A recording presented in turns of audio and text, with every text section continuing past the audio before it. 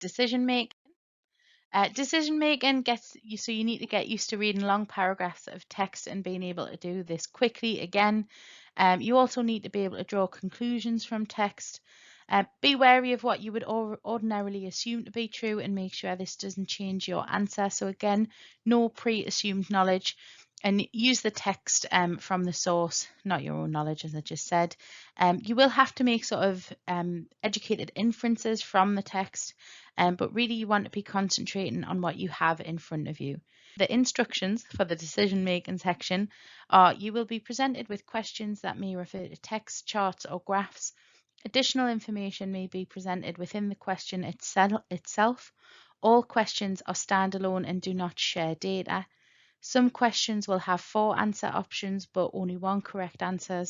Other will require you to respond to 5 statements by placing a yes or no next to each statement. And you get 29 items, so 29 questions within this section, and 31 minutes, so a little under a minute per question. So I'm going to go through this. I think I've got 3 examples here. For the first one, I just want you to read it and do the question as normal. For the second 2, I've wrote out how I would actually answer these questions. The decision making section for me is the place where I would use the whiteboard or sort of my scrap bit of paper the most. Because it is a text, I find it a lot easier to sort of draw a diagram or a table, even if you're not given one within the question, to answer it. So I will go through how I would answer each question from this. But we're going to get on to the first question. One thing I did also want to mention for the test as a whole, you are able to flag questions and come back to them at the end of your session. But because it is so time pressured, what I would recommend doing would be giving each question a guess if you're really not sure, and flagging it and coming back rather than leaving it empty. If you fill it out, you've still got a 1 in 4 chance usually of getting that right. So if in doubt, I would say guess, flag it, and come back if you can. So this is decision making question 1.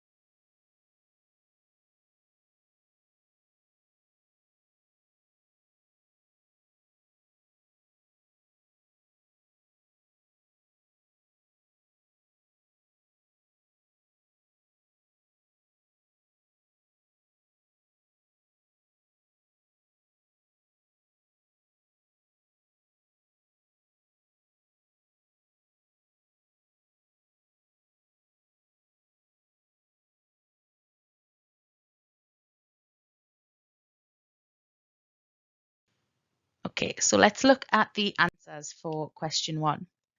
So the first question was yes, because we are told that all employees must get a rating of 1 or 2 to get a bonus payment. If Diana received a rating of 4, then she will not receive a bonus payment. For the second one, it's no, because Brian is only eligible for a promotion now that he has been in the new position for 3 years. The third one is yes, because Roger must have received a 1 or 2 for a bonus payment, therefore he cannot have been given a 3. The fourth question is yes, because we are told that employees are only eligible for promotion after 3 years of service. Therefore, if Salim got a promotion after 2 years of his work, and he can't be working for this company.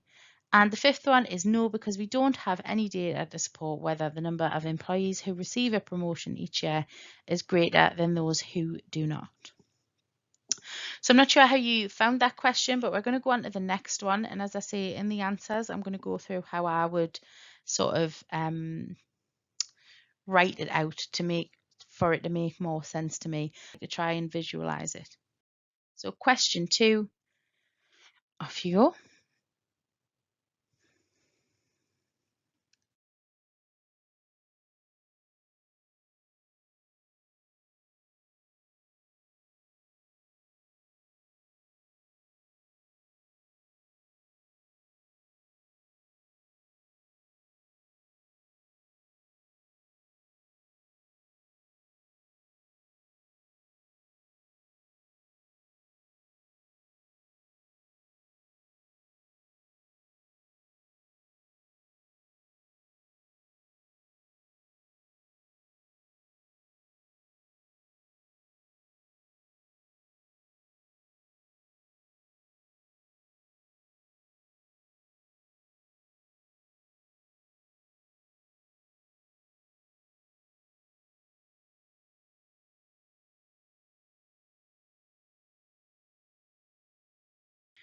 Okay, now if you try to do this question just sort of in your head, it is very difficult because there's a lot of information that gets given to you. So because of this, I would use my scrap bit of paper here and I would start making a table.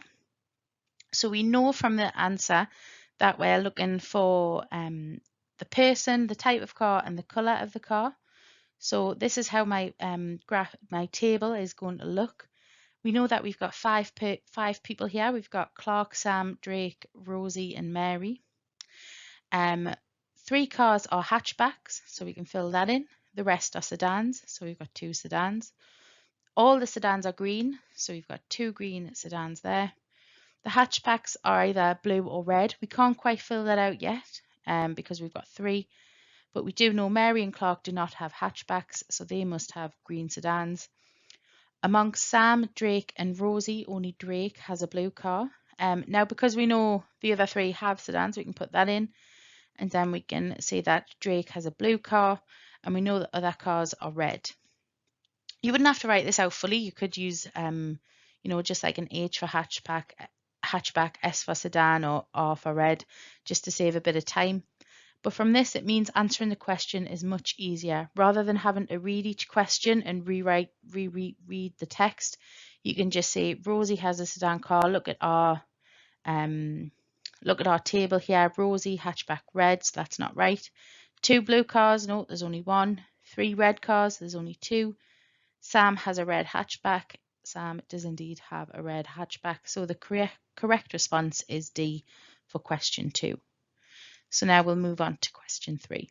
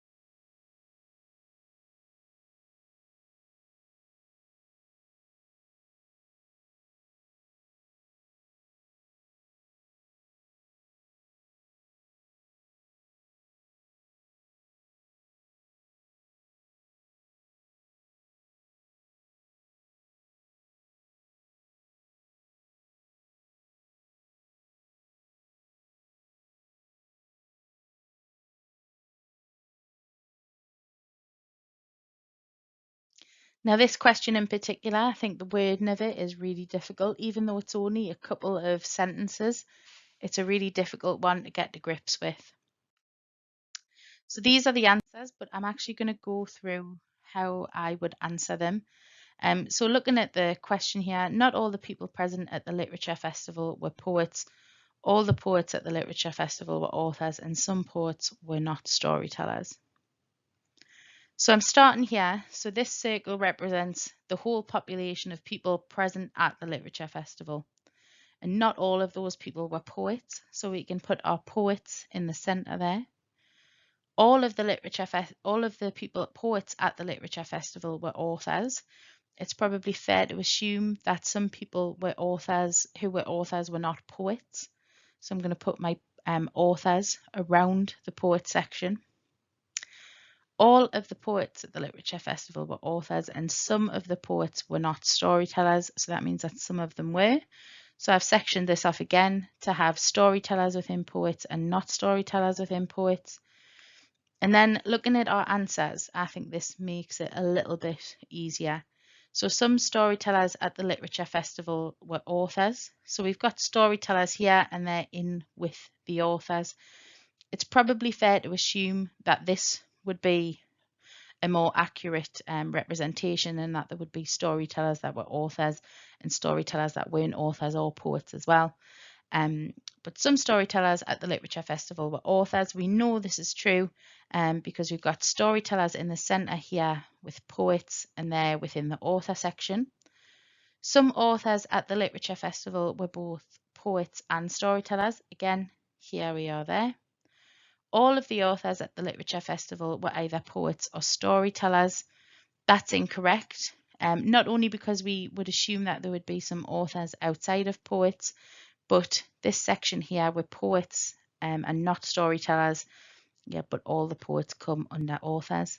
Not all authors at the Literature Festival who were poets were storytellers. That's correct. So we've got this section here of not storytellers. And all the storytellers at the Literature Festival who were poets were authors. So we've got our storytellers who were poets were authors. That's correct as well, because all poets are authors. So we're going to move on.